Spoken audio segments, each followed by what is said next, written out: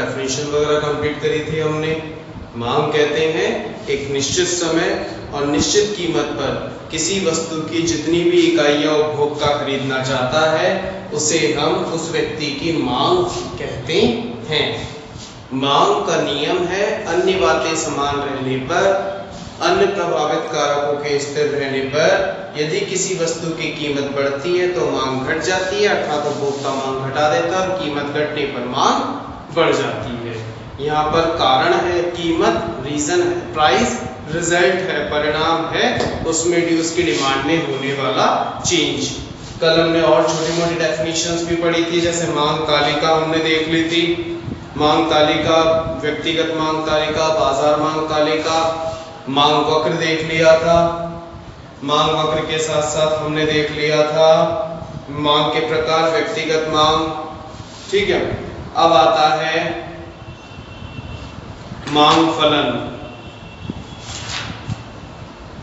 मांग फलन हम देखते हैं मांग फलन क्या होता है और इसके आगे हम पढ़ेंगे आज।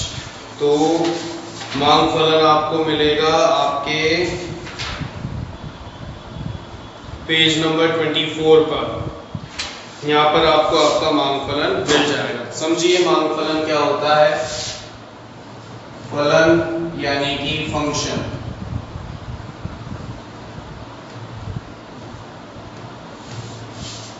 फलन या फंक्शन जो है हमारी बुक्स में इसका मतलब ये है, फलन या फंक्शन दो चीजों के मध्य संबंध को बताता है। कारण और परिणाम के मध्य संबंध को दर्शाता है फलन। जैसे कि मैं यहाँ पर लिख देता हूं, ये क्या है dx, ये x वस्तु की मांग है। उसी तरीके से ये है a, b, c और d। ये a b c d x y z x1 x2 जो भी आप लिखना चाहते हैं, ये सब क्या है मांग को प्रभावित करने वाले कारक। कई बार हमने अलग अलग तरीके से, जैसे हमारी बुक में कैसे लिखा हुआ है वो भी हम देख लेते हैं। a b c d नहीं है हमारी बुक में, उसके अकॉर्डिंग हमारी बुक में है px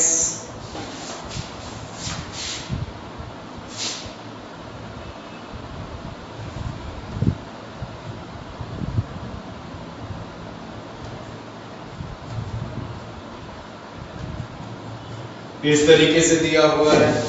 यहाँ पर ये जो भी है अभी मैंने ABCD रफ किया वो, ये P N Y T E ये सब जो है ना, ये क्या है मांग को प्रभावित करने वाले कारक। इनकी अभी फुल फॉर्म देंगे। मांग को प्रभावित, जैसे हमने देखा था ना, आय, संबंधित वस्तु की कीमत, अधिमान, कीमत भी थी।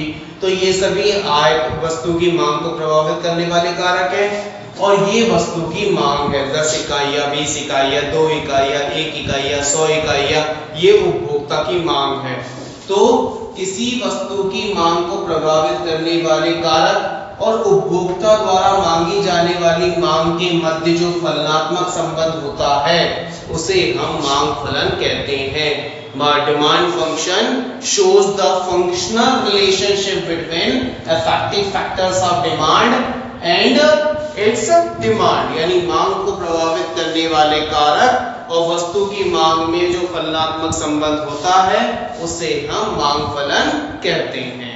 वस्तु की मांग को प्रभावित करने वाले कारक और उसकी मांग में जो फलनात्मक संबंध होता है उसे हम मांग फलन कहते हैं। मांग फलन भी दो प्रकार का होता है, जैसे हमने व्यक्तिगत मांग तालिका, बाजार मांग तालिका पढ़ी, वैसे ही ये भी दो तरीके का होता है, व्यक्तिगत मांग फलन और बाजार मांग फलन। फर्क कितना सा है, डेफिनेशन हुई है, वस्तु की मांग को प्रभावित करने वाले कारक इफेक्टिव फैक्टर्स ऑफ डिमांड और वस्तु की मांग यानी डिमांड ऑफ कमोडिटी, इन दोनों के बीच में जो फलनात्मक संबंध फंक्शनल रिलेशन होता है, इन दोनों, इसको हम मांग फलन कहते हैं। जब ये व्यक्तिगत वाला कॉन्सेप्ट आ जाता है तो व्यक्तिगत मांग को प्रभावित करने वाले कारक ही आएंगे यहाँ केवल, जबकि जब बाजार मांग का कॉन्सेप्ट आ जाएगा वहां पर 2-4 प्रभावित करने वाले कारक और ऐड हो जाते हैं, वो अभी हम देख रहे हैं। ठीक है, तो देखते हैं मांग को प्रभावित करने वाले कारक कौन कौन से हैं।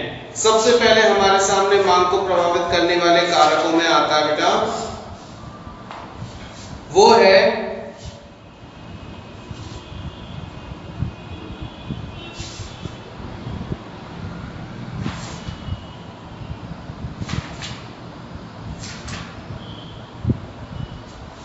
वस्तु की कीमत, प्राइस। सबसे पहला रीजन बताया गया वस्तु की कीमत यानी कि प्राइस। ये Pn का मतलब भी यहाँ पर प्राइस ही है, प्राइस ऑफ n, यानी कि n कमोडिटी नाम ले दिए, XYZ जो भी आप रखना चाहो वो रख सकते हो। तो कैसे? हर मामले में एक लाइन जोड़नी है, सेटर्स पारिपस अन्य बातें समान रहने पर। अन्य बातें समान रहने पर यदि वस्तु की कीमत बढ़ती है तो मांग घट जाती है और कीमत घटने पर मांग बढ़ जाती है। तो मांग का नियम भी है, तो मांग, कीमत से मांग प्रभावित होती है। कीमत के घटने या बढ़ने से मांग पर परिवर्तन, मांग में परिवर्तन होता है। नेक्स्ट है उपभोक्ता की आय,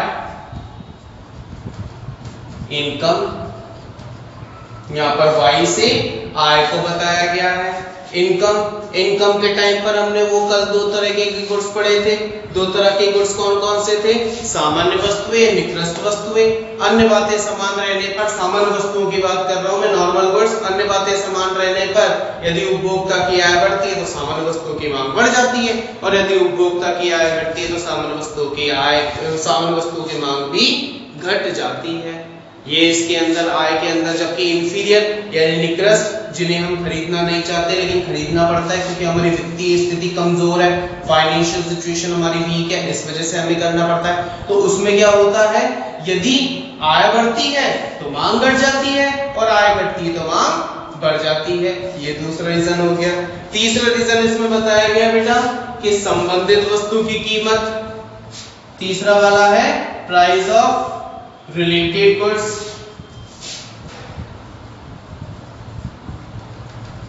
संबंधित वस्तु की कीमत।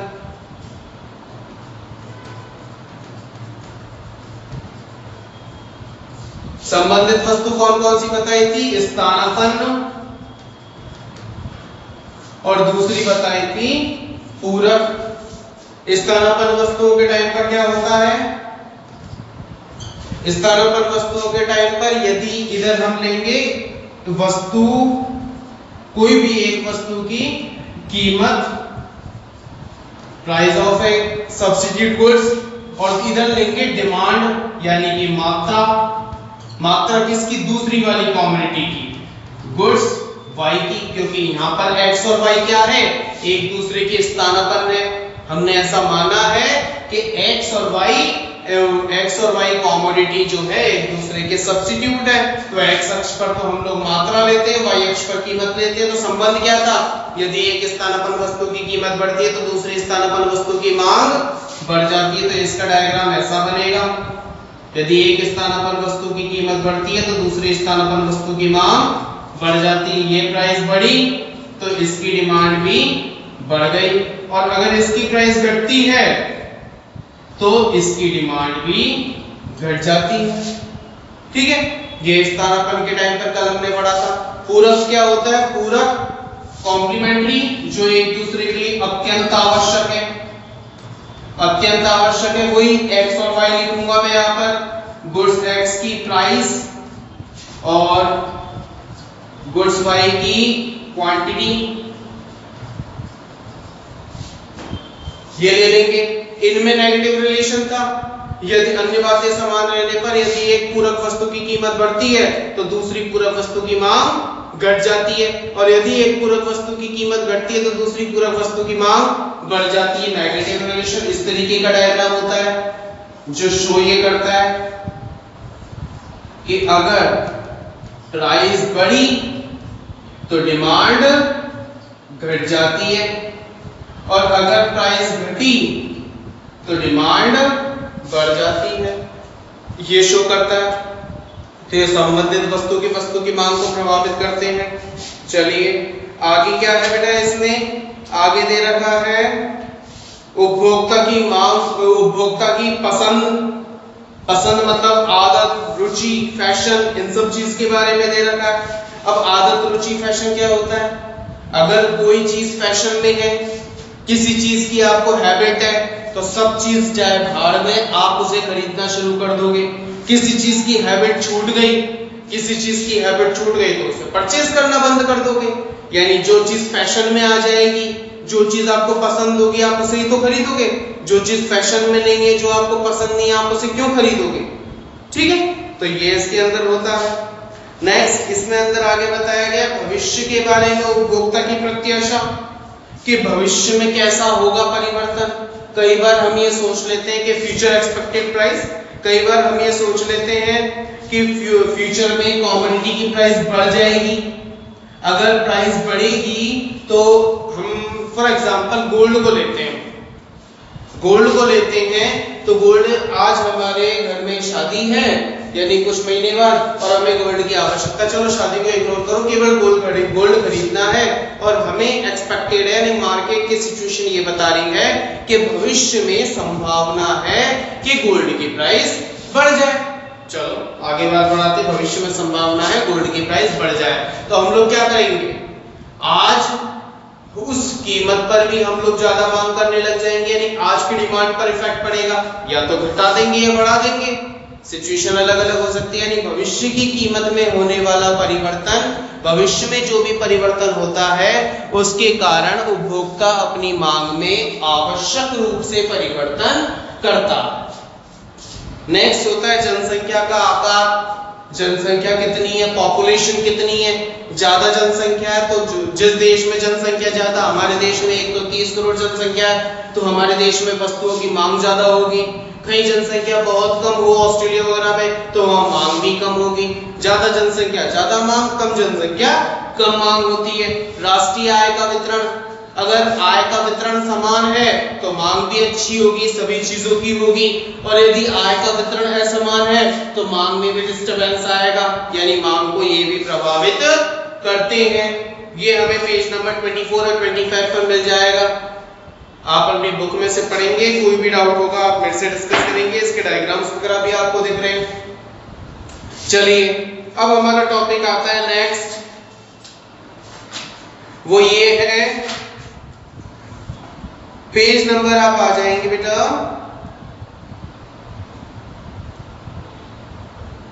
पेज नंबर 27, मांग के नियम लागू होने के कारण, कि मांग का जो नियम है कि कीमत बढ़ने पर मांग घट जाती है, ये जो मांग का नियम है ये क्यों लागू होता है, इसके कुछ कारण हैं वो हम देखेंगे और पढ़ेंगे।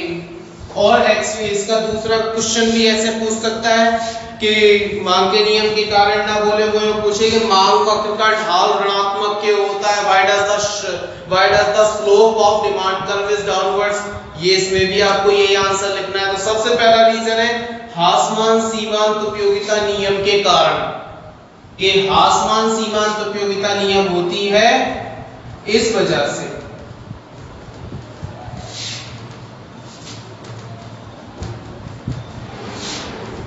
लॉ ऑफ डिमिनिशिंग मार्जिनलिटी आपने पढ़ा है कि क्वांटिटी बढ़ती जाती है तो उसकी वैल्यू घटती चली जाती है, मार्जिनल यूटिलिटी डिक्लाइन होती चली जाती है। तो इस वजह से भी जैसे जैसे क्वांटिटी बढ़ेगी उसकी प्राइस बढ़ती है तो डिमांड ऑटोमेटिकली घटती चली जाती है। ये मार्केट का लॉ होता है बेटा, जैसे जैसे किसी चीज की हमने डिमांड बढ़ाई तो सप्लायर और सेलर क्या सोचता है, यार इसको इस चीज की जरूरत है, मुझे कीमत बढ़ा देनी चाहिए। तो कीमत बढ़ने की वजह से कंज्यूमर को उसकी डिमांड ऑटोमेटिकली कम कर देता है। तो रिलेटेड है इससे कि क्वांटिटी बढ़ने पर उसकी वैल्यू कम हो गई, वैल्यू कम हो गई तो उसने डिमांड भी करना कम कर दिया, एक रीजन हुआ। प्रतिस्थापन प्रभाव, सेकंड है सब्स्टिट्यूशन इफेक्ट।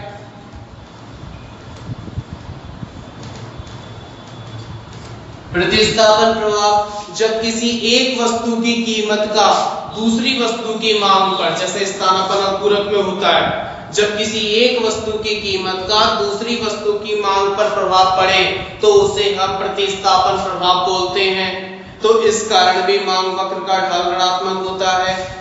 स्थानापन्न और पूरक का नियम हम लोग इसमें रिवाइज करेंगे कि स्थानापन्न वस्तुओं में यदि एक वस्तु की कीमत बढ़ती है तो दूसरी वस्तु की मांग घट जाती है, और यदि एक वस्तु की कीमत घटती है तो दूसरी वस्तु की मांग, सॉरी स्थानापन्न का गलत बोल गया मैं, अब रिपीट कर देता हूँ। प्रतिस्थापन प्रभाव के अंदर, प्रतिस्थापन प्रभाव में ये होगा कि जब एक वस्तु की कीमत का प्रभाव दूसरी वस्तु की मांग पर पड़े, जैसे स्थानापन्न और पूरक। स्थानापन्न में क्या होता है, एक वस्तु की कीमत बढ़ी दूसरी वस्तु की मांग बढ़ जाती है, और यदि एक वस्तु की कीमत घटी तो दूसरी वस्तु की मांग भी घट जाती है। जबकि पूरक में अपोजिट होता है। पूरक में क्या होता है, यदि एक वस्तु की कीमत घटी तो दूसरी वस्तु की मांग बढ़ जाती है और एक वस्तु की कीमत बढ़ी तो दूसरी वस्तु की मांग घट जाती है। ये प्रतिस्थापन प्रभाव के अंदर आएगा। नेक्स्ट होता है आय प्रभाव, इनकम इफेक्ट। आय प्रभाव क्या होता है, देखो बेटा, इकोनॉमिस्ट जो है ना, परचेजिंग पावर, आपकी क्रय शक्ति को रियल इनकम मानते हैं।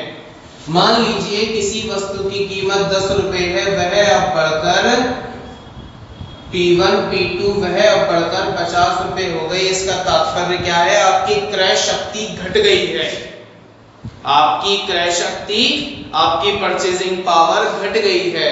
परचेजिंग पावर को वो लोग क्या मानते हैं, वास्तविक इनकम।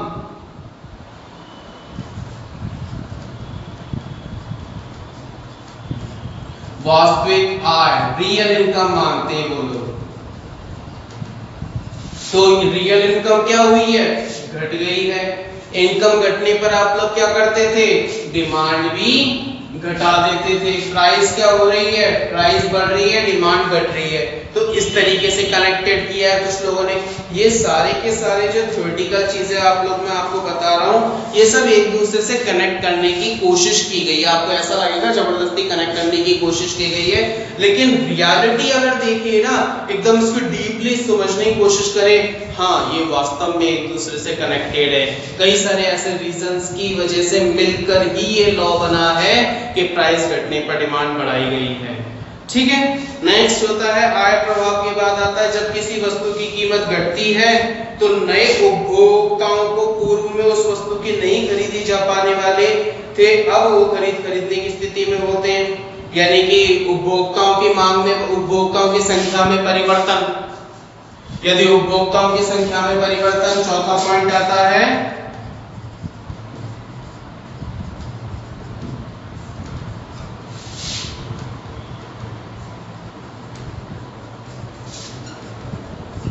उपभोक्ताओं की संख्या में परिवर्तन। यदि कीमत घटेगी तो ज्यादा मांग करने वाले आएंगे, ज्यादा मांग करने वाले आएंगे तो ऑटोमेटिकली उपभोक्ताओं की संख्या में परिवर्तन होगा, मांग बढ़ जाएगी। ठीक है, ये कुछ रीजंस थे। अब चलते हैं मांग के नियम के अपवाद। मांग का नियम क्या होता है, कीमत घटने पर मांग बढ़ेगी और कीमत बढ़ने पर मांग घट जाएगी। इसका अपवाद क्या क्या है, अपवाद मतलब जो इस नियम को नहीं मानते, जो यो कहते हैं ये नियम के अकॉर्डिंग हम नहीं चलेंगे, उसे हम कहते हैं अपवाद, यानी अपोजिट। अपोजिट जैसे कि कीमत बढ़ने पर मांग और बढ़ जाए या कीमत घटने पर मांग और घट जाए, इसको अपवाद कहते हैं, एक्सेप्शन। अपवाद, मांग के नियम के अपवाद पढ़ने के लिए जा रहे हैं अब अपन। तो अपवाद में पहला पॉइंट बताया गया है आप लोगों को कि गिवन वस्तुएं। तो गिवन वस्तुओं के अंतर्गत देखते हैं, गिवन वस्तुओं का नाम है निकृष्ट वस्तुएं। निकृष्ट वस्तुएं वे वस्तुएं जिन्हें बुरी financial situation, poor financial situation होने के कारण वो कंज्यूमर खरीद रहा था। तो पुअर फाइनेंशियल सिचुएशन होने के कारण कंज्यूमर खरीद रहा था, उसमें इनकम के साथ क्या कनेक्शन था कि इनकम बढ़ रही है। मैं बात कर रहा हूं निकृष्ट वस्तुओं की, इंफीरियर कमोडिटीज की। यदि इनकम बढ़ती है तो डिमांड घट जाती है और इनकम घटने पर डिमांड बढ़ जाती है। और income in the sense real income भी तो हमने अभी अभी पढ़ी है। यहाँ पर अब हम क्या बोल सकते हैं, इनकम को हटाकर रियल इनकम बोले तो रियल इनकम यानी कि परचेजिंग पावर यानी कि कीमत से कनेक्शन। तो अगर इसको एक दूसरे से कनेक्ट करने की कोशिश करी, जैसे कि अभी मैं कनेक्ट करता हूं, देखिए मान लीजिए इंफीरियर गुड्स की प्राइस P1 10 रुपए थी, वह बढ़कर 20 रुपए हो गई है। इसका मतलब क्या है, आपकी क्रय शक्ति यानी कि परचेजिंग पावर, क्रय शक्ति आपकी घट गई है। क्रय शक्ति का दूसरा नाम वास्तविक आय भी होता है। वास्तविक आय भी आप लोगों की घट गई है। आय घटने पर निकृष्ट वस्तुओं का क्या नियम है? आय घटने पर मांग बढ़ जाती है। आय घटने पर मांग बढ़ जाती है। तो जब हम क्रय शक्ति वाला कॉलम यहाँ से हटा देते हैं तो आय वाला कॉलम यहाँ से हटा देते हैं तो क्रय शक्ति का मतलब क्या है? ये कीमत। यानी कि हम क्या कहें अगर इन दोनों का रिलेशन बताना चाहें कि कीमत बढ़ने पर मांग और बढ़ जाती है। ठीक है। दूसरा अपोजिट एग्जांपल मान लीजिए, कीमत बढ़ने की जगह इस बार घट जाती है। कीमत 5 रुपए रह गई। इसका मतलब क्या है? आपकी परचेजिंग पावर बढ़ गई है। आप पहले की तुलना में ज्यादा खरीद सकते हैं। परचेजिंग पावर को इकोनॉमिस्ट ने नाम दिया है रियल इनकम। इसका मतलब क्या है? आपकी रियल इनकम भी बढ़ गई है। और इंफीरियर कमोडिटी के नियम क्या होता है? इनकम बढ़ने पर डिमांड घट जाती है। तो रिलेशन इसमें और इसमें बताना चाहे तो क्या हुआ? प्राइस घटने पर डिमांड भी घट गई। तो अपोजिट हुआ मांग के नियम से। मांग का नियम तो ये कहता है प्राइस बढ़ने पर डिमांड घटनी चाहिए, जबकि यहाँ क्या हो रहा है? प्राइस बढ़ने पर डिमांड और बढ़ रही है, जबकि प्राइस घटने पर डिमांड और घट रही है। ठीक है। ये गिफिन गुड्स, ये गिफिन का अपवाद हो गया। ये अलग से आपके 1 या 2 नंबर में भी आ जाता है। नेक्स्ट आता है इसके बाद आप लोगों का प्रतिष्ठा सूचक वस्तुएं, प्रेस्टीज गुड्स। प्रतिष्ठा सूचक वस्तुएं वे वस्तुएं होती हैं जो हमारी प्रतिष्ठा मान सम्मान से जुड़ी होती हैं, जो हमारी रेपुटेशन से जुड़ी होती हैं। वे सारी वस्तुएं जिनमें हमारी प्रतिष्ठा का प्रश्न आ जाता है, उनमें हम कीमत को देखते ही नहीं है।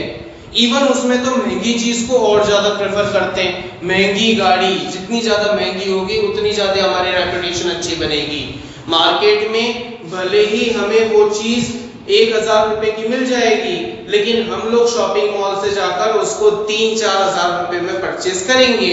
ये हमारी रेपुटेशन प्रतिष्ठा का प्रश्न आ जाता है, तब होता है।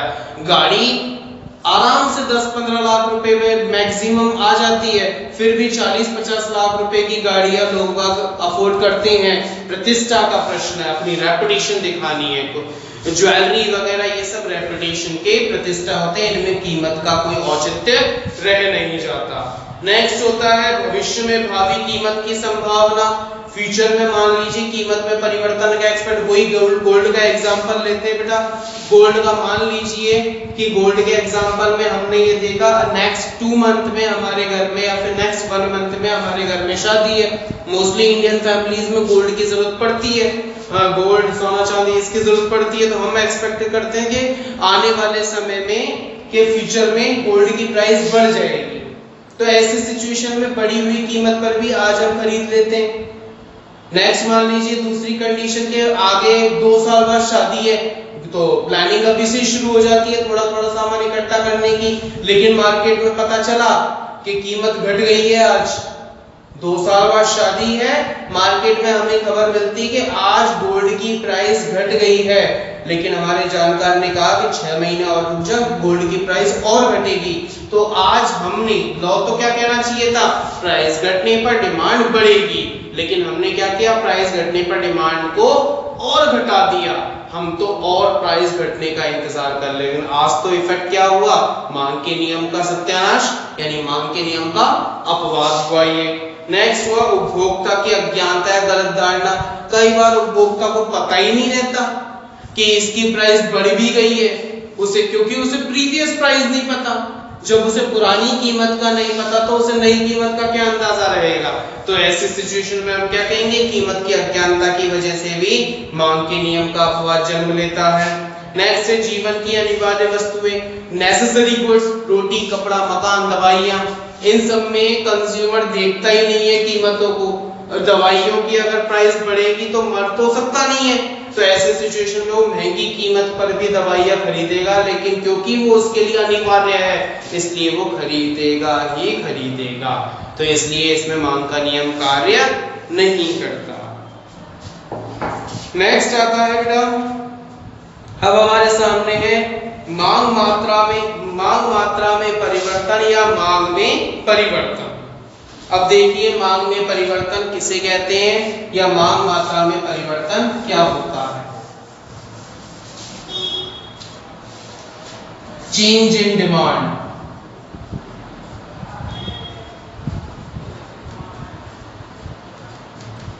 मांग में परिवर्तन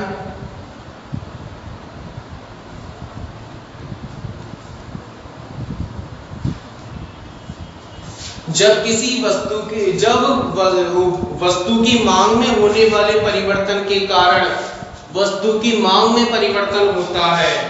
जब किसी वस्तु की कीमत में होने वाले परिवर्तन के कारण, वापस बोल देता हूं अगर मुझे एग्जैक्टली आती है, मैंने क्या बोला, जब वस्तु की कीमत में होने वाले परिवर्तन के कारण उस वस्तु की मांग में परिवर्तन हो जाता है तो उसे हम मांग में परिवर्तन की श्रेणी में लेते हैं। कीमत में चेंज की वजह से जब डिमांड में चेंज होने लग जाए तो हम मांग में परिवर्तन की कैटेगरी में। ये दो तरीके से होता है।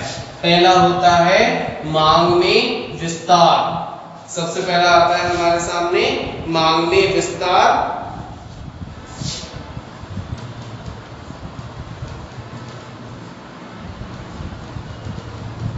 यानी कि एक्सेप्शन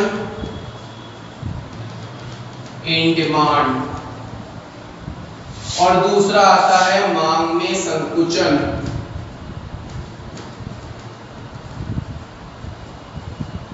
यानी कि कॉन्ट्रैक्शन इन डिमांड। देखिए मांग में विस्तार, जब किसी वस्तु की कीमत में कमी के कारण, इधर आप लोग मात्रा लिखते हैं, इधर कीमत लिखते हैं, जब किसी वस्तु की जब अन्य बातें समान रहने पर किसी वस्तु की कीमत में कमी के कारण उस वस्तु की मांग बढ़ जाए तो उसे कहते हैं मांग में विस्तार। आप इस डायग्राम में देख पा रहे हैं कि कीमत घटी, कीमत घटने के कारण क्या हुआ, मांग बढ़ गई, तो ये क्या है, मांग में विस्तार। अन्य बातें समान रहने पर जब किसी वस्तु की कीमत में कमी के कारण उस वस्तु की मांग बढ़ जाती है तो इसे कहते हैं मांग में विस्तार। नेक्स्ट आता है बेटा मांग में विस्तार के बाद मांग में संकुचन। ये हो गया मांग में विस्तार के बाद मांग में संकुचन हुई। जब कीमत बढ़ने के कारण मांग घट जाए तो उसे कहते हैं मांग में संकुचन।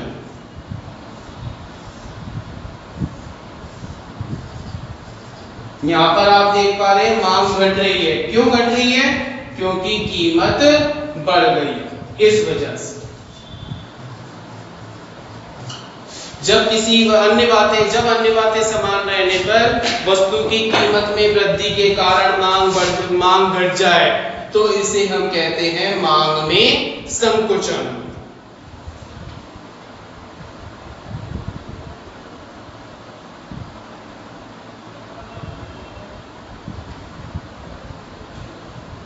अब लास्ट टॉपिक मांग वक्र में शिफ्ट,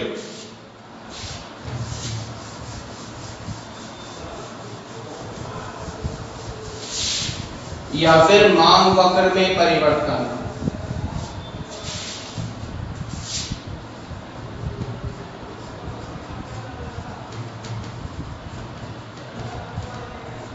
जब कीमत के अलावा अन्य कारकों, जब कीमत तो एज इट इज हो, प्राइस तो सेम हो, लेकिन अदर रीजंस की वजह से डिमांड घट जाए या बढ़ जाए तो वो इस कैटेगरी में आता है। तो इसमें पहला क्या होता है, इंक्रीज इन डिमांड,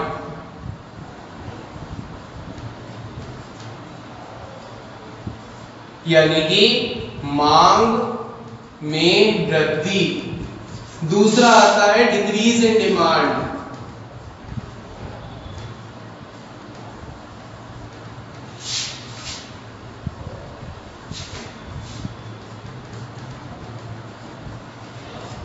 तो देखिए मांग में वृद्धि और मांग में कमी में क्या होता है, इसमें क्या आएगा बेटा, कभी अभी क्या बोला, कीमत में तो कोई परिवर्तन नहीं होता, ये भी मांग वक्र है और ये भी मांग वक्र है। कीमत में तो कोई परिवर्तन नहीं होता, यानी कीमत तो सेम रहेगी, प्राइस क्वांटिटी, यानी कि मात्रा कीमत, कि कीमत के अलावा अन्य कारकों के कारण जब उपभोक्ता अपनी मांग बढ़ा दे अर्थात मांग वक्र दाईं ओर शिफ्ट हो जाए तो इसे कहते हैं मांग में वृद्धि। जब कीमत के अलावा अन्य कारकों के कारण उपभोक्ता अपनी मांग को बढ़ा दे तो उसे कहते हैं मांग में वृद्धि। अब मांग में वृद्धि के क्या क्या कारण हो सकते हैं? कीमत तो कारण है नहीं, क्या क्या कारण हो सकते हैं? हो सकता है कि आय में वृद्धि हुई हो सकता है स्थानापन्न, इस वस्तु की जो स्थानापन्न वस्तु है ना उस वस्तु की कीमत में वृद्धि हुई हो, स्थानापन्न वस्तु की कीमत में वृद्धि।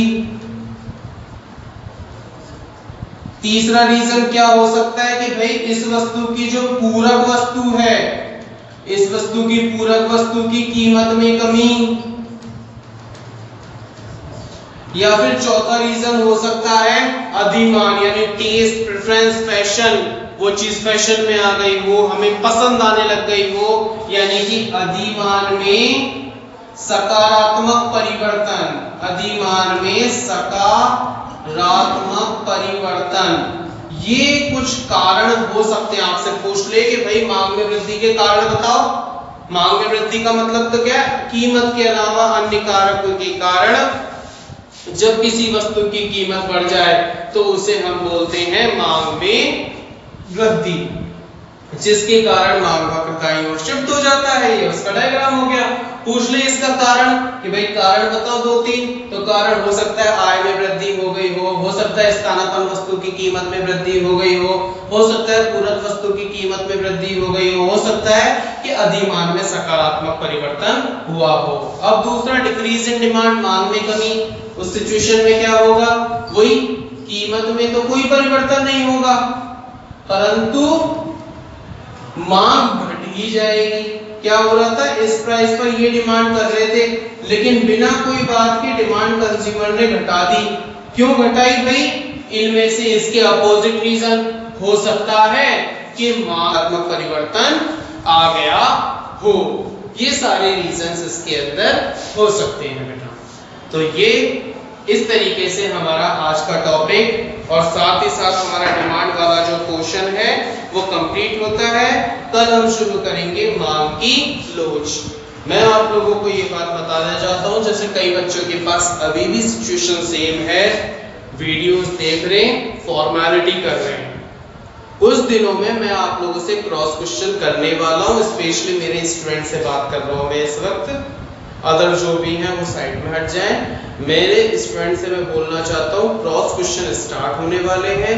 आप अपनी बुक्स और जब तक लॉकडाउन खत्म नहीं होता आप अपनी सीनियर्स की नोटबुक अरेंज कर लीजिए। लॉकडाउन खत्म हो चुका है, स्कूल शुरू नहीं होते उनसे पहले आप अपनी सीनियर्स की नोटबुक अरेंज कर लीजिए। दो चीज़ आपके पास होनी चाहिए, या फिर आप अपने नोट्स तैयार कीजिए और डाउट्स पूछिए मेरे से। ये चीज़ बहुत इजी हो जाएगी क्योंकि अब हमारी पढ़ाई रफ्तार पकड़ने वाली है। नेक्स्ट 2 वीडियोस में मांग की लोच खत्म हो जाएगा। यानी कि मैं आपसे बोल रहा हूँ हमारे सिलेबस का 15 मार्क्स का 40 में से लगभग 15 मार्क्स का और ज़्यादा ही पोर्शन जो है हम लोग कवर कर चुके होंगे। 15 मार्क्स 16 मार्क्स के करीब पोर्शन हम लोग कवर कर चुके होंगे। मांग की लोच खत्म होते ही इसके पीछे के क्वेश्चंस न्यूमेरिकल 3 वीडियोस के अंदर हम लोग पूरा कर देंगे। तो सिंसियरिटी के साथ आप इसके साथ जुड़ जाइए। मेरे क्रॉस क्वेश्चंस आने वाले हैं, तैयार रहिए। कोई भी डाउट है तो उससे पहले आप मेरे से क्रॉस क्वेश्चन कर लें, आप मेरे से डाउट पूछ लें, बेहतर होगा आप लोगों के लिए। किसी भी चीज़ को समझने में कहीं भी दिक्कत आ रही हो, कोई भी डाउट हो, बेझिझक आप मेरे को कॉल कीजिए, पूछिए। I will explain you, definitely I will explain you. कोई टेंशन लेने की जरूरत नहीं है, लेकिन पूछना आपको ही पड़ेगा। ठीक है, अब हम नेक्स्ट मांग की लोच शुरू करें।